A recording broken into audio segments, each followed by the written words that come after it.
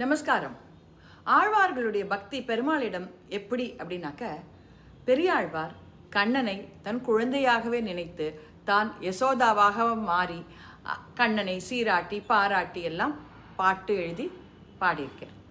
அதே போல நம்மாழ்வாரும் திருமங்கை ஆழ்வாரும் தங்களை நாயகியாகவும் நாயகின் தோழியாகவும் நாயகியின் அம்மாவாகவும் நினைத்து பெருமாளிடம் அப்படி ஒரு பக்தி செலுத்துறார். அதை விட எல்லாரையும் மிஞ்சி ஒருத்தர் இருக்கார்.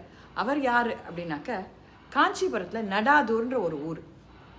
அந்த இடத்திலிருந்து தினம் வரதனை காண்பதற்காக வரதகுரு அப்படின்ற ஒருவர் தினம் கோவிலுக்கு போய் பெருமாளை சேவிச்சுட்டு வருவார்.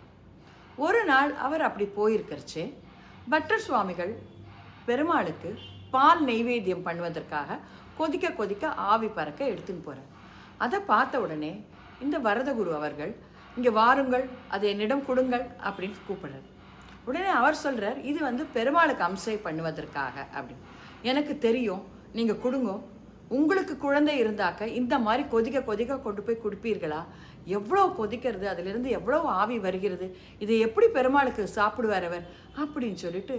ஆனால் அவர் சொல்கிறார், வேதம் கூறி இருப்பது என்னவென்றால், பெருமாளுடைய நாக்கிலிருந்து தான் அக்னியே வந்திருக்கு அப்படின்றார்.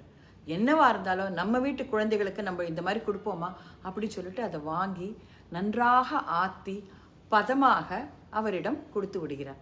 அவரும் பெருமாளுக்கு போய் அம்சை பண்ணுறதுக்கு போகிறார். அப்போது அம்மா அம்மா அப்படின்னு ஒரு குரல் கேட்குறது. எல்லாரும் ஆச்சரியத்தோடு பார்க்குறார். யார் கூப்பிட்டது அப்படி? அந்த சாட்சாத் வரதனே தான்.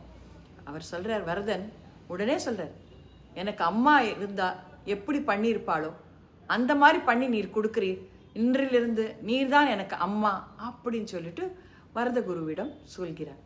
உடனே அவருக்கு நடாதூர் அம்மாள் என்ற பேர் நிலைத்து நிற்கிறது. என்ன ஒரு அன்பு, என்ன ஒரு அதீத பக்தி!